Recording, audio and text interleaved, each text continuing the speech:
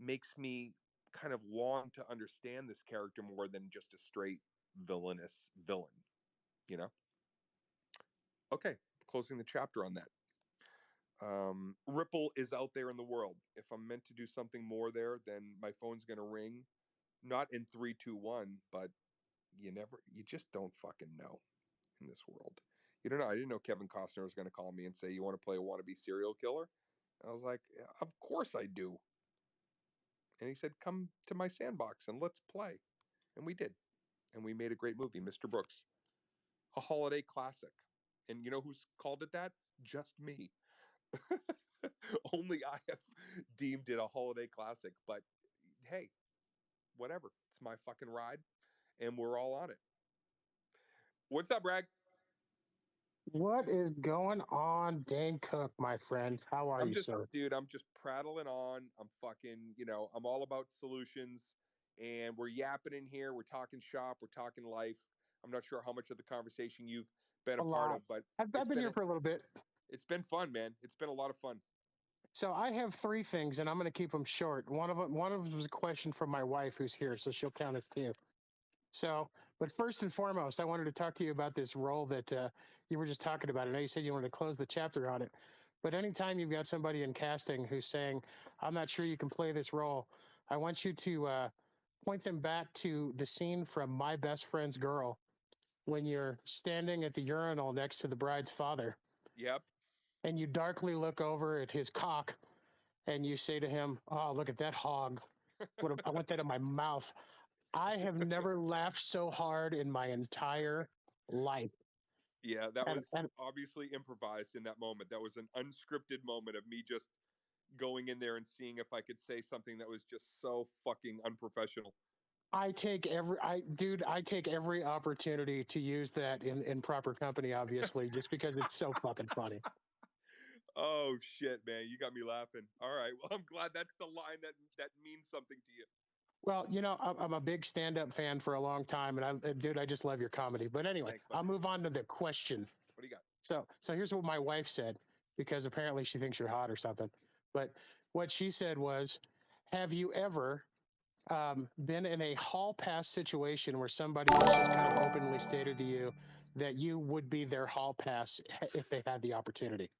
Yes, I've probably done a few meet and greets over the years where a husband would say, "And by the way, this is my wife, and if you want to take her into your dressing room, I said she could go with you for a half hour or whatever it was." And so I guess that's yes. Meet is in MEAT, right? Meet and greet? Yeah. Did you go through with any of it? That's Never what the wife's asking. No, absolutely no. Well, if you ever do, we need video. Anyway. Oh my God. I don't know where the third question is, but if that's the second one, then we're in business here. Actually, this is super simple. What do you got? If you pay really close attention to some of the people that are in here right now, they know that I'm a musician. And watch the hundreds light up for a second. And you said that you play guitar, right? I do. Should you ever come to Vegas, we definitely need to jam. Okay. And perhaps we become a band, because I rock. Well, I shred. I can get down. I sing my ass off, and I also have 13 guitars, so you can come unprepared, and we still got you. Well, I'll tell you something. I throw a fucking mean harmony, and I can harmonize the sound of a toilet flushing. So you're talking to the right guy. I'm so hard right now. No, seriously, man. Where are you down in Vegas? Like, are you doing a residency, a gig? Like, what are you doing now? No. I'm just a lowly manager for an alarm company, waiting for the MOASS, if you even know what we're talking about. But I've been a musician since I was 3 years old. I've been on stage since I was a little kid, and I got tired of trying to survive on $500 a week, so I got a real job. But but I still love it, and I'm still kind of good at it. So if you need vouchers, there's plenty of them out there. I appreciate you. Please high five your wife. Tell her thanks for being a part of this cavalcade of fun tonight, and I hope you have a great rest of your year, man. She's giggling in the background, man. Appreciate the time. Dude, rock on, man. Good night. All right, brother. Very cool. That man's been fucking hiding his talent since he was 3 years old. not allowing the world to hear him unleash the fingering diddles of a fucking axe grinder. Oh, we'll never know. Unless maybe he's going to post something up on his socials. Maybe he'll put up a fucking shred zone. Hashtag shred zone it and send me the link, man. Let me see how you play. And then I'll grab my Gibson. I'll fucking dial that thing up to perfect storm. And I'll blast your fucking ears off. Because let me tell you something. Rhythm guitar electric right here. I don't care about lead. I don't really care about fucking pentatonics or any. No. If you want to hear somebody grind off a fucking 4 chords of monster truck in the form of a guitar, Dane fucking Cook is your assassin for hire. That's all I'm going to say about that. You done, kid. Kid, you done. Mark, where are you at? What's on your brain, dude? We lost Mark. Did we lose Mark? Mark.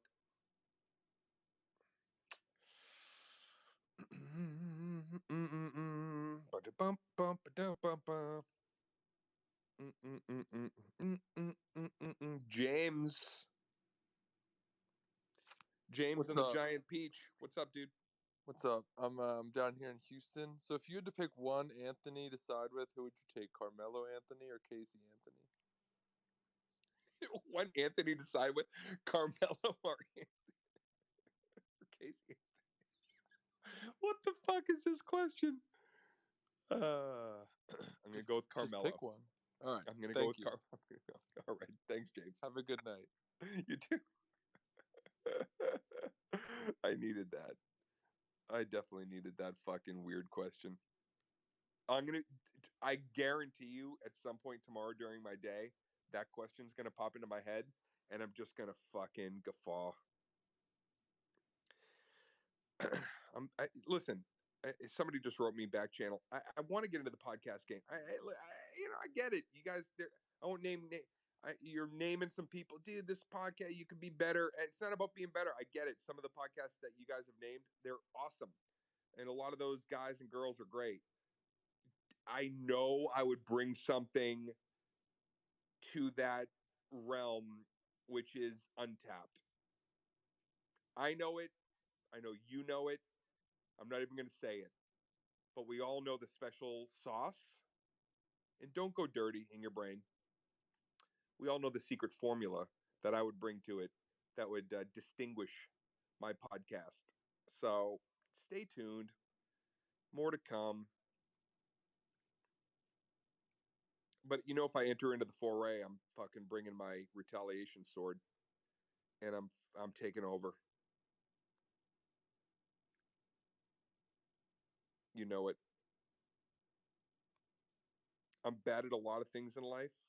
There's a lot of things that I would fail miserably in, but a couple of things that I know, and when I know what I know it. Okay? I just got to figure out how to get through the rest of this year and get my special all teed up, and then I can start using my brain power for some other stuff and bring you some more entertainment and bring all of us some fucking entertainment. All right, a couple more, and then I got a boogie. I got a boogie nights. Patrick, where are you at tonight? What's on your cerebellum? Thanks for being part of this. What's up? Dane, what's up, man? I'm in Hey. Anaheim, California. Very cool. Hey. So, I have a comedy, you know, enthusiast. I love stand up. I love watching it. I love watching yours. I saw you once at the Improv in was it the Improv? No, it's Laugh Factory in L.A. Yep. I saw you right before you went on tour, and your shit was polished. And then I just by like coincidence or happenstance or whatever, I saw you right when you came off tour, and it was a little rough, bro. But I like seeing the process. You know what I mean? Yeah. You know what happens So sometimes is you when you come off tour, the first thing you want to do is just start, fucking pounding the dough on something new.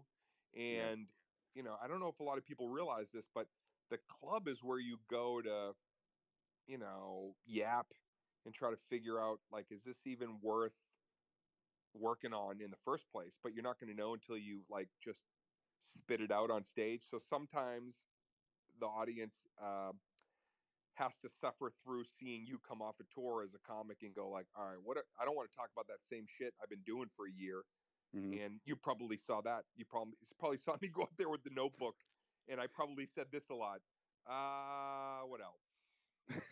Yeah, What else? yeah. You could totally tell the difference, but it's all good. Like I love like everything. I go to like some of the smaller.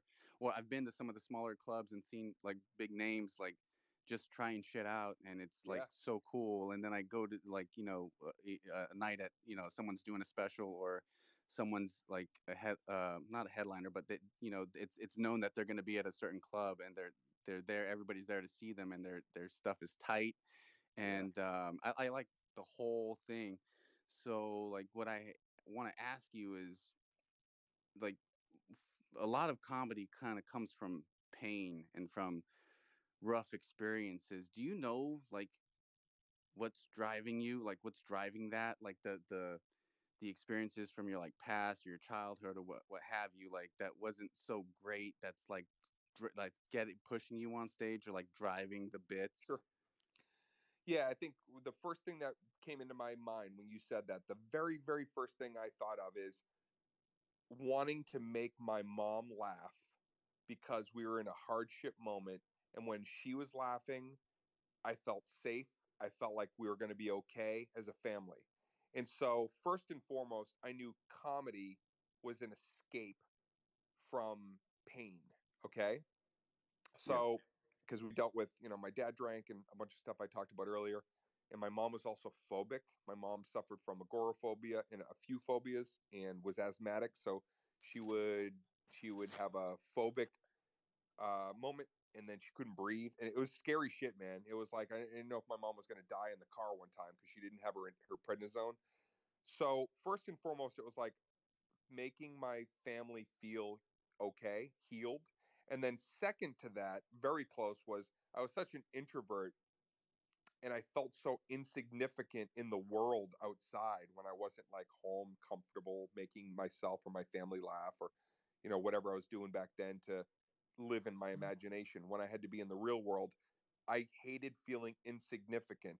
I hated feeling ignored or like I was invisible, and I wanted to feel like somebody, a somebody, but I also wanted to feel like I wanted to give other people the feeling that my family had, where comedy was the fucking jettison right the fuck away from fear.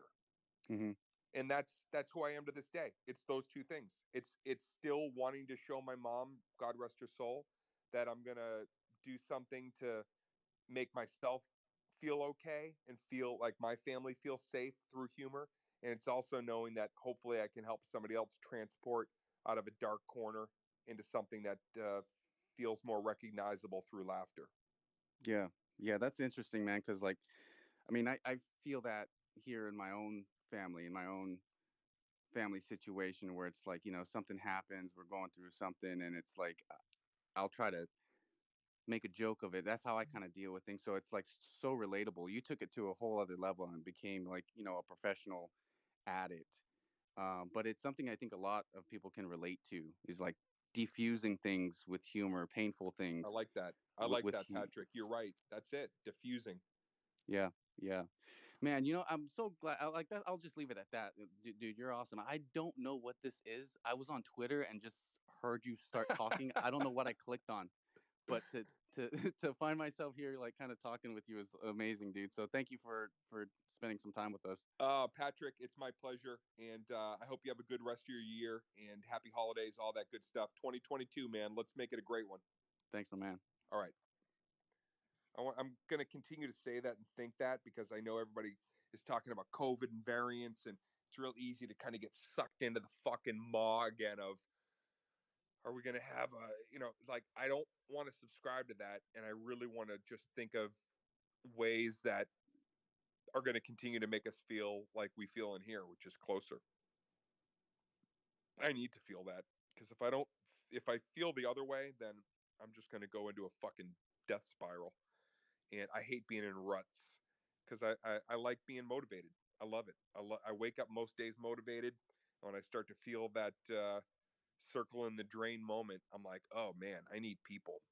I need people, and I need to help somebody else try to make something come to fruition, because when I'm doing my thing and I'm touting somebody else doing theirs, that's like my sweet spot. That's when you're going to see me fucking firing on all cylinders.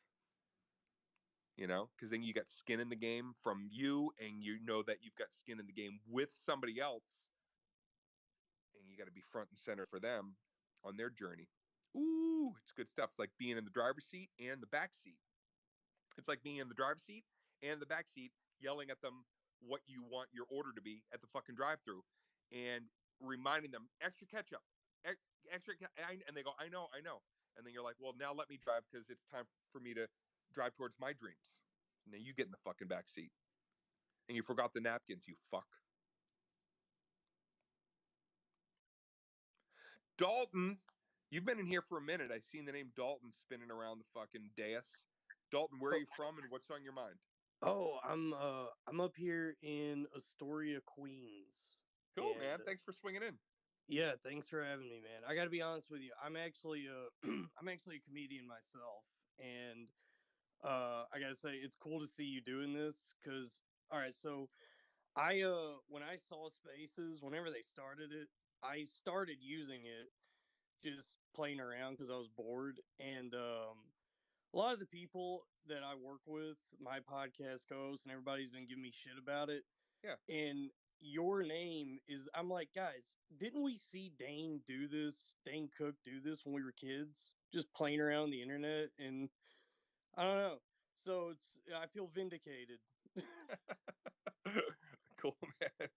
Yeah, but no, man, I don't know if I have a question for you. I think it's cool to see you on here, and yeah, I mean, how you feeling with COVID? Are you doing okay mentally?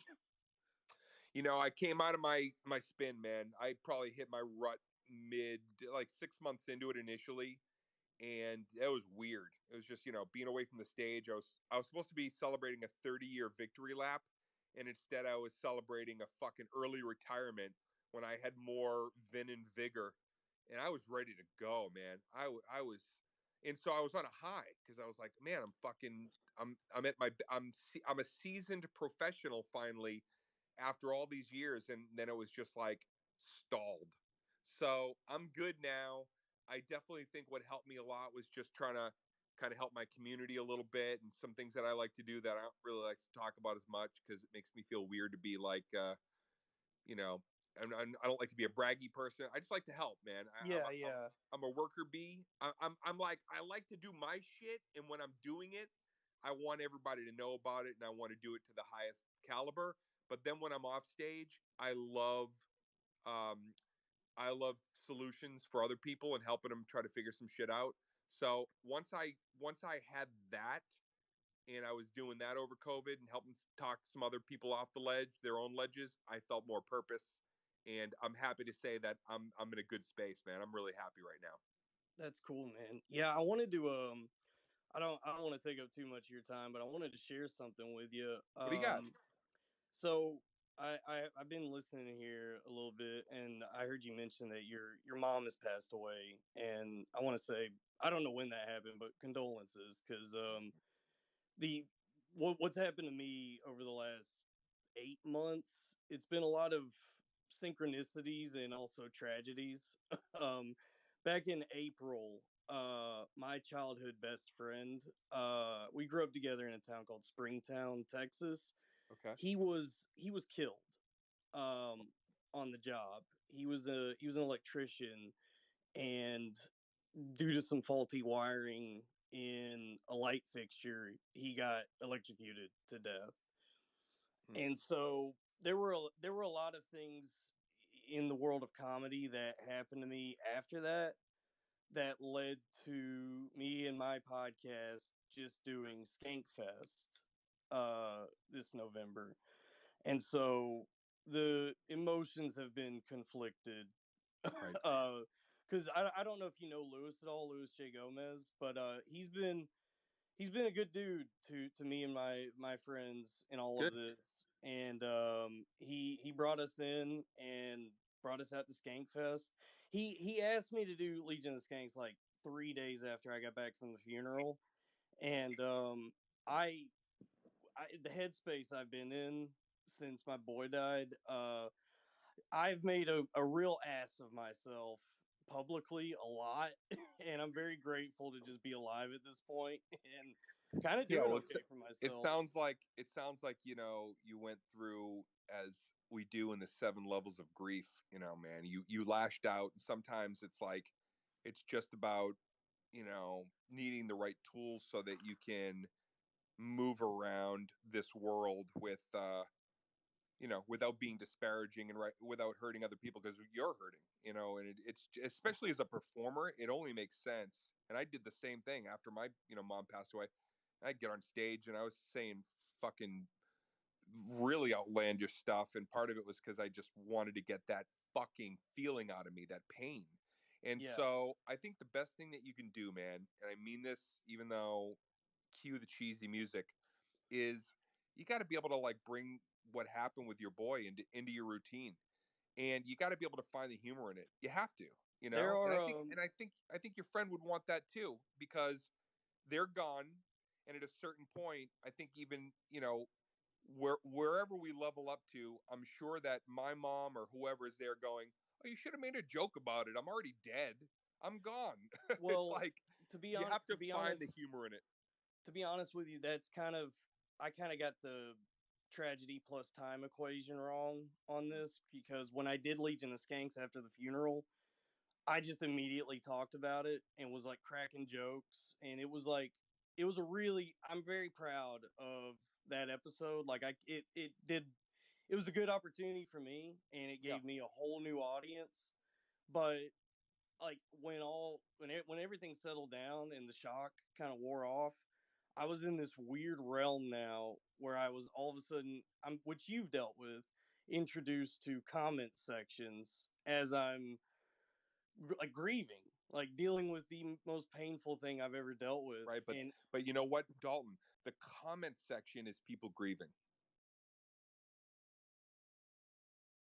Comment section is a place where sometimes people go just to lash out because they don't know themselves enough to figure out how to truly manage this fucked up life that yeah, so I think that it's incumbent upon everybody, especially if you're in a healing moment, to look less outward and look entirely inward. that's what I ended up having to do, because I realized when it comes to grief, it not every people have dealt with it. We've all lost people, but your own grief is very specific to you. Of course. You can't expect everyone to understand it, and especially when it comes to comment sections, as we're talking about. I grew up in the middle of nowhere. I know these kinds of guys who would comment on stuff. You're right. They're very lonely and they're in pain. And that's kind of why I'm grateful for this Twitter Spaces thing, because it does allow me to actually talk to these people. And yeah, they're like me. They're the same as anybody. Yeah, man. Some people need wranglers. Some people need fucking. I'm not talking about the genes. I'm talking about somebody who provides an opportunity for people to come in and say, "Listen, we can be unbridled, and talk shit, talk smack, bust balls, be uncommon in our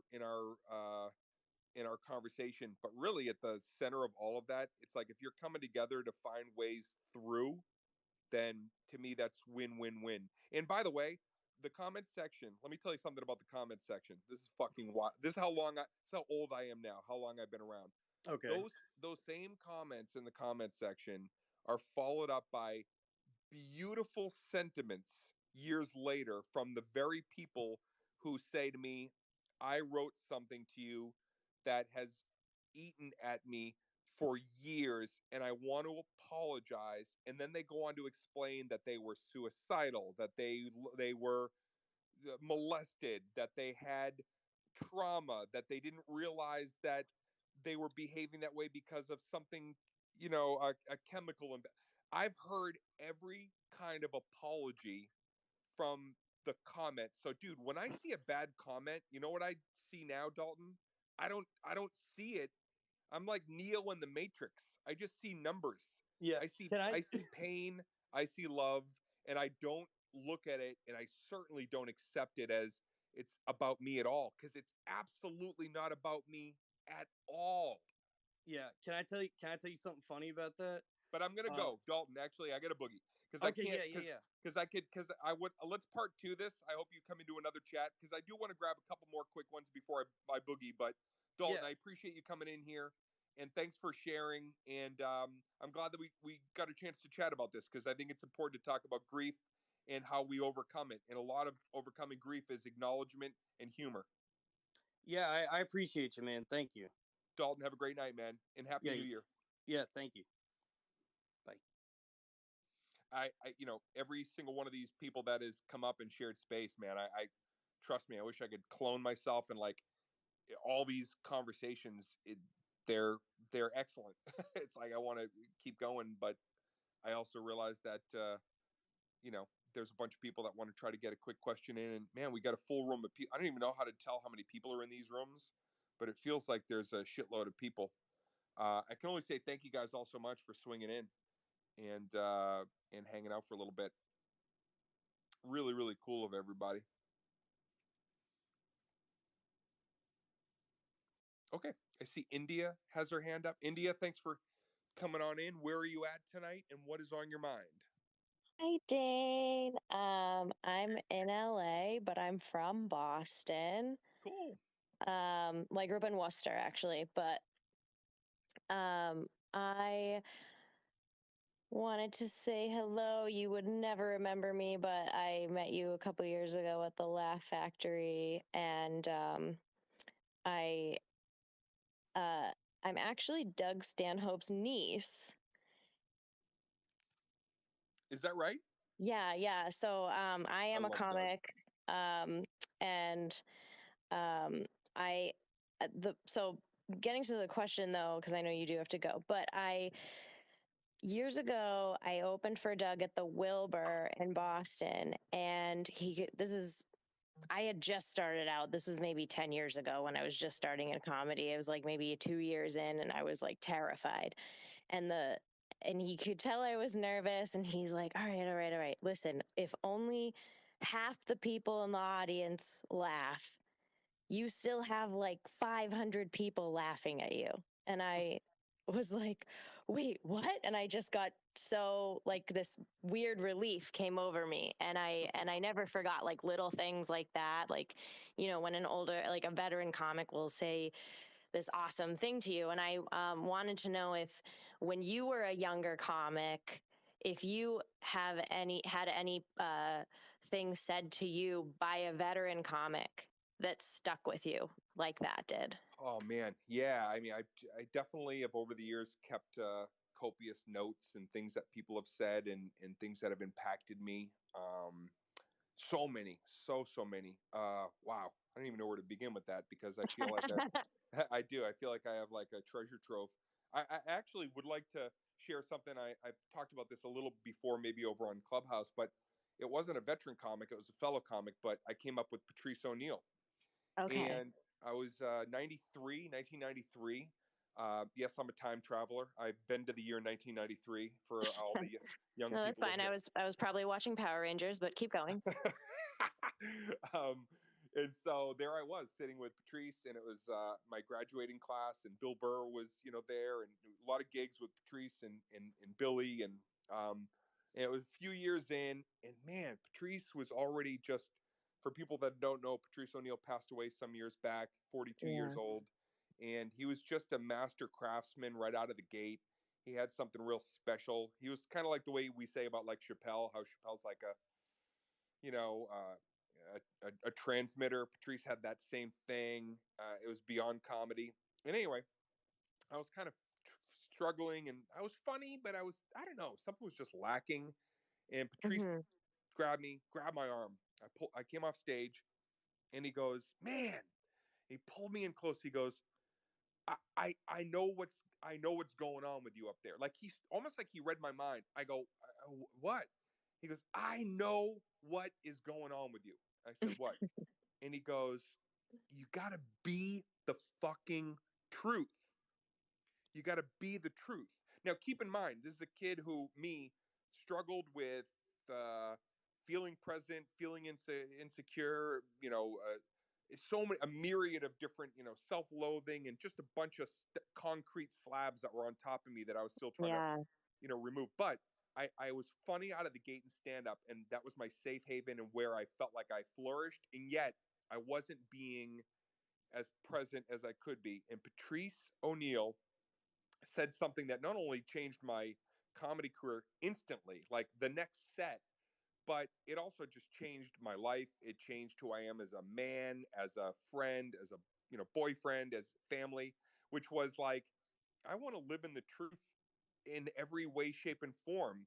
And he allowed me pretty quickly to learn, if I'm gonna, just because I have an act and some of it is formulaic because it has to be, because you're a show person who has to, repeat the stuff that they've worked on, cultivated, it doesn't Yeah. mean you can't find a way to still communicate your humanity, in whether it's in the act or in conversations like this. There's still a way to be present and share and not be just a cardboard cutout version of yourself. So that advice, it was a gut punch. It literally, in that moment, I'm sitting at the back of Nick's Comedy Stop at what used to be called the Combat Oh Zone in my God, fucking Nick's comedy old stuff. Boston.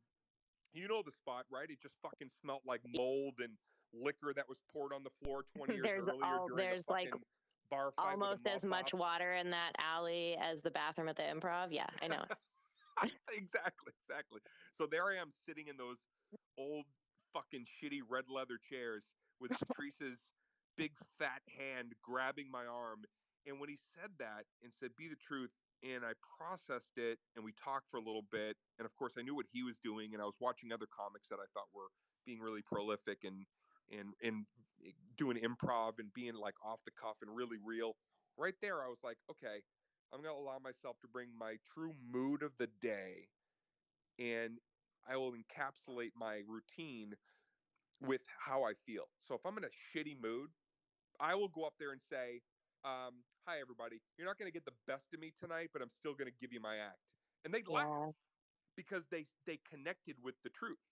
They connected with something that's beyond just being a solid performer or somebody who can trick you into fucking hearing the musicality in my voice and just laughing where you're supposed to laugh. Nope. It was like, oh, wow, I have unlocked and leveled up because of the best advice. And then I brought that to everything. I brought that to love. I brought that to just anywhere and everywhere I could be, not thinking of, who I want to be later or how sad I felt being not acknowledged or ignored earlier in my life. Like, still thinking of like junior high, going, why didn't people like me? Like, I was a good kid. Oh, yeah. Why couldn't I? And I was so busy living in the what if and the why, that I wasn't just on stage and in life going, I'm gonna fucking eat up life right now in this moment. And I'm looking up at the sky and I'm saying right now to Patrice, best advice, and I hope somebody takes it in this conversation and administers it into their own life. And Be that, the truth. yeah. And I love that. And that's the thing, is like, even when you are, even when you've been doing comedy for like 3 years, 4 years, 5 years, and you're actually actively doing gigs and you're performing pretty regularly, sometimes you're still trying to like find your footing. Like now I'm hitting like 8, 9 years, and I still have those moments where I'm like, am I being myself right now?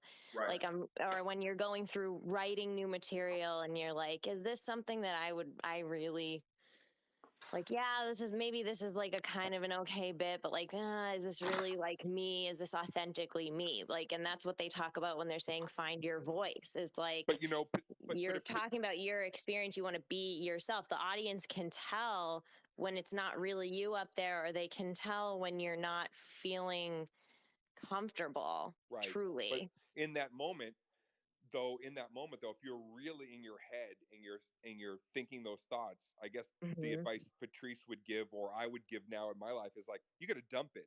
That's fucking, that's done. It doesn't mean it's done forever, but it's not to be done that week or until you, I don't know, whatever is in your life happening that makes you go, I don't really believe in that piece of material right now. Like me, I put stuff on layaway all the time. I put bits on layaway that are fucking killer for 2 years because I just don't feel it. And if I don't feel it, I'm not doing it. Yeah.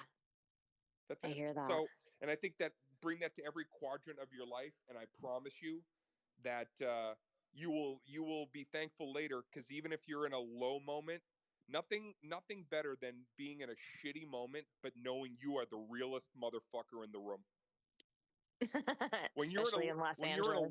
When you're in a low moment and you know you're a phony and you were pretending and you still found yourself shit out of luck, you feel fucked. And I'm never going to allow myself to feel that again. At least if I'm going to eat a shit sandwich, I bought the bread. You know what I'm saying?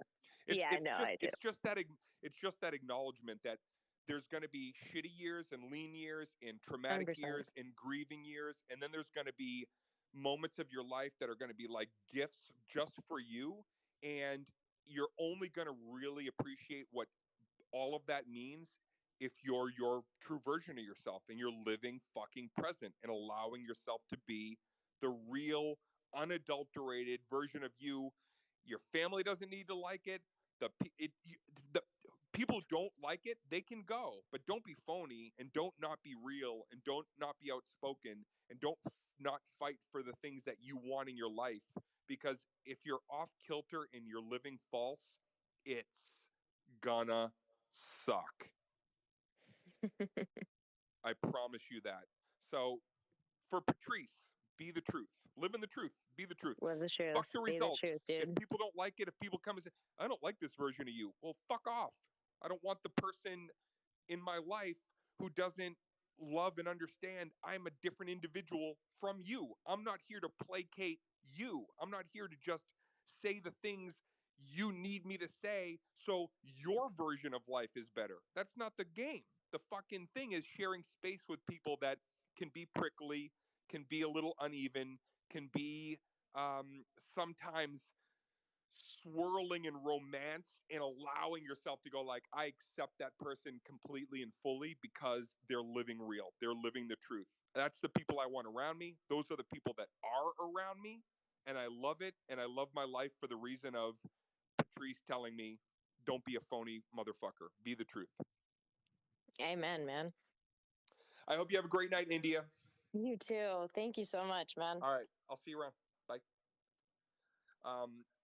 You know what's funny? I just said I'll see you around, and it's fucking true, because I feel like with these apps now, like we bump into each other. Now it's like even in Clubhouse, like people just, hey, we talked the other day. It's like suddenly we're on a fucking bus together commuting.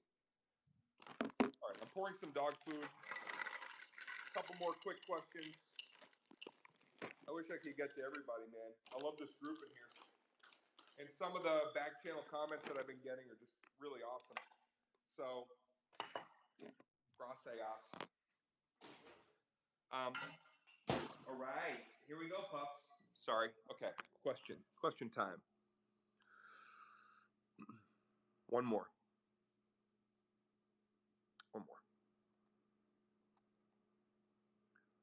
And then we don't get mad because I gots to go. 3 MCs and 1 DJ. We be getting down with no delay. Mix Master Mike, what you got to say? God damn, that DJ made my day. Today. Me and Adam in the Mario C. In the studio was the place to be. To all the party people who are happy and free, and Mix Master Mike is making history. I gotta listen to some more fucking Beastie Boys, man. I haven't listened to the Beasties in a minute. In a long minute. Okay, last one right here. Nick, what's up, man? Hey man, what's going on? I actually found this space because I hold AMC with a lot of the people in here, and I was so excited when I saw you on doing an AMA because I don't know if you're really big on the movie still, but Waiting. I used to work a job in the restaurant industry, and that saved my life when I was younger. That was the most quotable movie. Oh, thanks, man. and I- We had a good time on that. Awesome, awesome. So I guess kind of the person kind of touched on it that spoke before me, but I was just wanted to ask, inspirations in your life, uh, who and why? Was it like what kind of gave you the motivation to pull up when you're having those down days? Well, early in my life, my mom. My mom, her nickname was the Compass because she was my compass. She knew the direction of my life, and thankfully, whatever soothsaying or future telling she was locked into, she was already building me up when I had no ability to build myself up. When I tell you, man, I was a fucking sad kid. She just knew how to, you know, incite something in me that made me get to this moment right here. I would not be here right now if she just, let me sit on that couch and develop into the version of myself I was back then. In my career, as things started really getting going and, moving and shaking, beyond just, great mentors and, early teachers and early, stand-up comic headliners that were bringing me under their wing. I got to say, when I worked with Kevin Costner, my mom was sick. My mom had cancer, and I got this movie. And it was a movie also that, like, I'd never done a drama like this before. Really intense, serious, so far away from the stand up comedy stuff. Okay, sit, sit. Sorry, I'm talking to my dog real quick. And good girl, stay. I have this Ridgeback, and man, she is smart. She's a year old now, but she is so, so smart. I got a little boxer, about a year old too, man. Dogs are I such love beautiful. boxers. I love boxers. They're so great. Okay, good girl. There you go. Eat that up. So I get to this set. I got the role. I auditioned. Kevin was amazing. He was already a fan of my comedy, but he just trusted me, man. He trusted, this fucking Dances with Wolves director. This is fucking Wyatt Earp. And he calls you and says, do you you know do you have it in you to do this? And I said, if you believe in me, I'm gonna exceed your expectations. And I said, now I wouldn't take this on if I didn't think I could exceed my own expectations. That's how I roll in life. If I don't think I can exceed mine and yours, I'm not doing it. Which is why I don't do a lot of stuff. I mean, some people say, why do you do more movies? Well, I read a lot of shitty movies and I could make money and make some good bad movies, but I don't I want to make a great movie.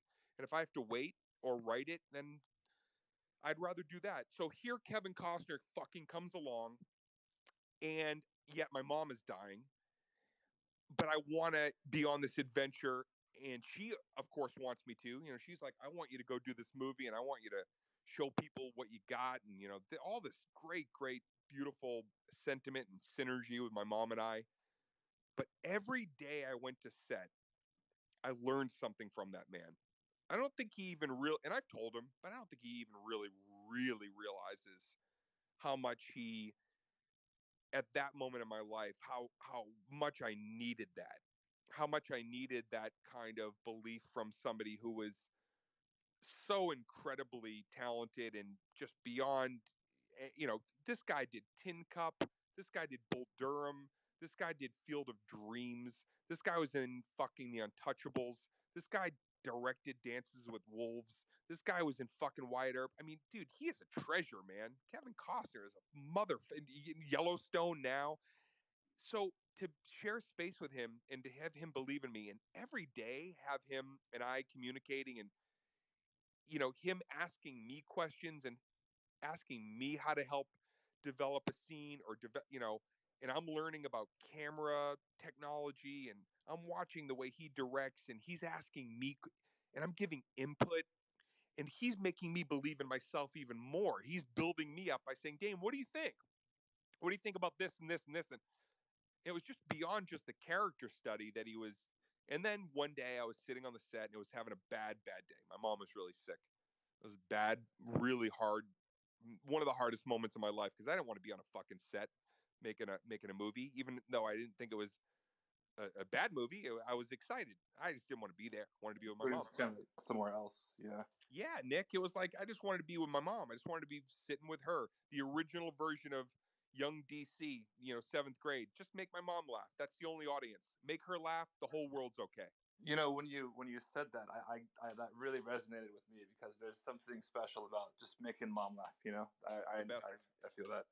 The best. Yeah, the best. And so I said so Kevin comes up and he's like, and I'm, by the way, I'm like, I'm professional. I don't bring my problems to set, but I was wearing it. I think that, I think I was just my energy. I'm usually pretty good at trying to keep the crew engaged and happy. I just like, keep making a great environment. And I was tapped out.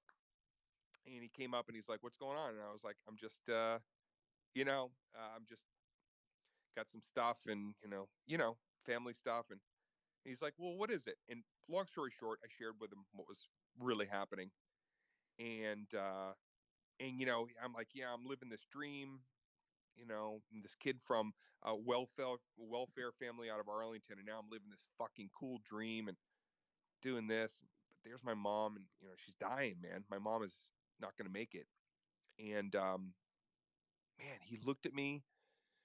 His demeanor didn't even really change except for the breath that I remember him taking this little, and he said, "I'm going to say something. I really want you to hear it, and I really hope that you take it to heart." I said, "Okay." And he looked at me and he said,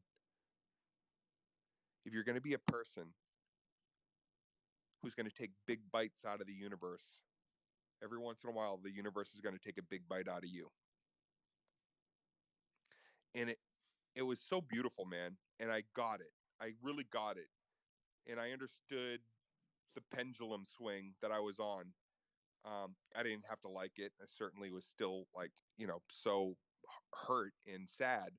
But it was almost like it gave weight to the entire decision of who I was going to be in this life, which is, yeah, sometimes I'm going to take big swings and hopefully I can do something that make people feel something through my entertainment that moves you.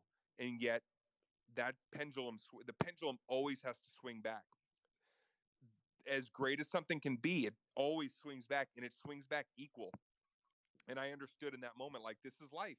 This is the life that I signed up for, because yes, I'm here when I want to be there, but my mom wanted to be here. She didn't even want me back where she was. She wanted me to be doing what I loved, because that's what she raised me to go out and do. Go find that dream, baby, and do it. Live it. And she loved it. It was almost like it was helping her be healthier because she knew her son was doing what he loved. It was just, man, just cosmic and fucking beautiful. And there it is with, Field of Dreams himself in front of me.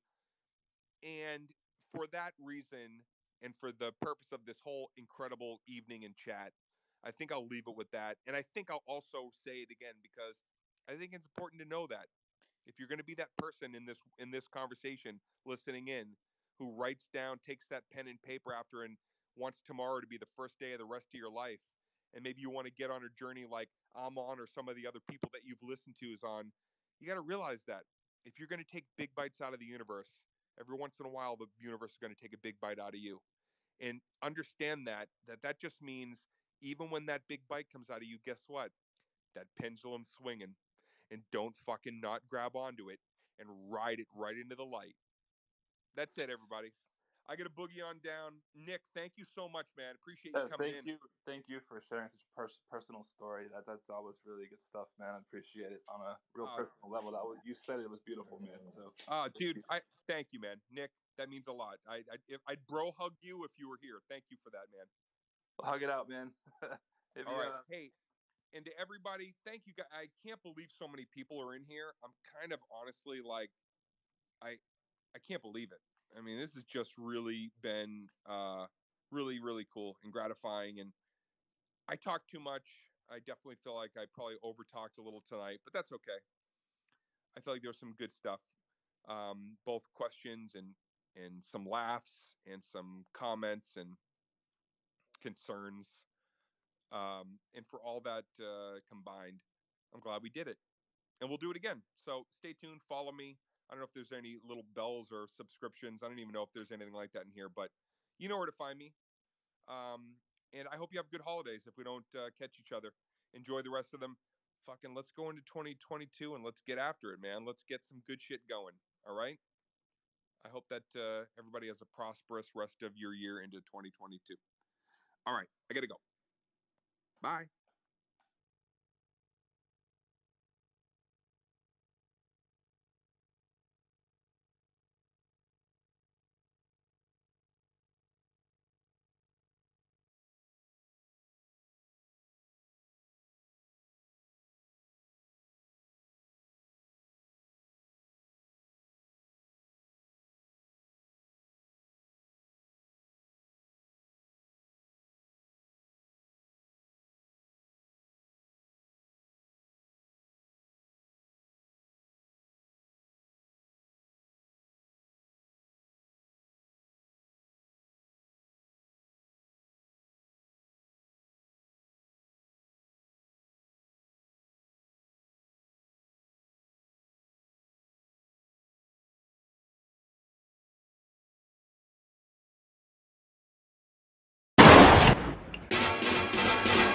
J-Squad. Let me so goddamn rich. I think it's time to blow this thing. Get everybody in the stuff together. Okay, 3, 2, 1, let's go. Let me fucking rich. I want my fucking money.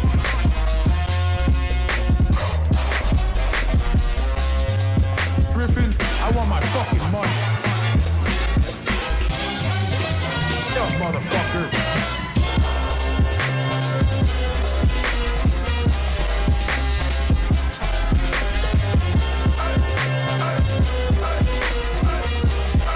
Holy shit, we're gonna be so fucking rich.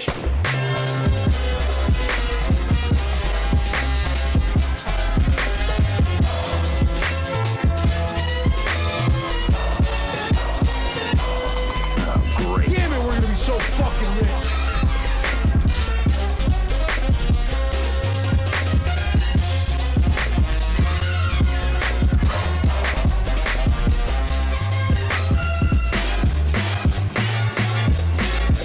Griffin, I want my fucking money. You're an original, Hey, aren't yelling, you?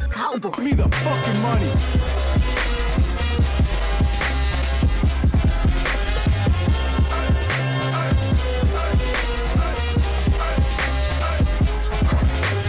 Get the goddamn money printer out.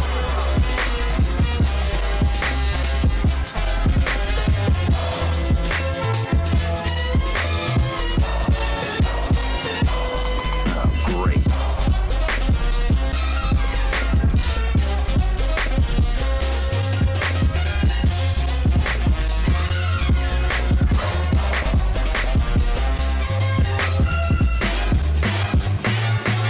Bounty cutter.